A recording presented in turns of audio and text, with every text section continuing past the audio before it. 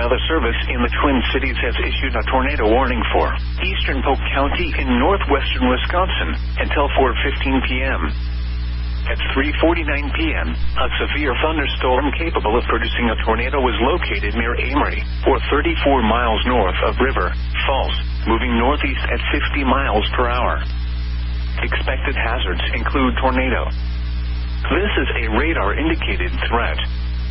The following impacts are expected. Flying debris will be dangerous to those caught without shelter. Mobile homes will be damaged or destroyed. Damage to roofs, windows, and vehicles will occur. Tree damage is likely.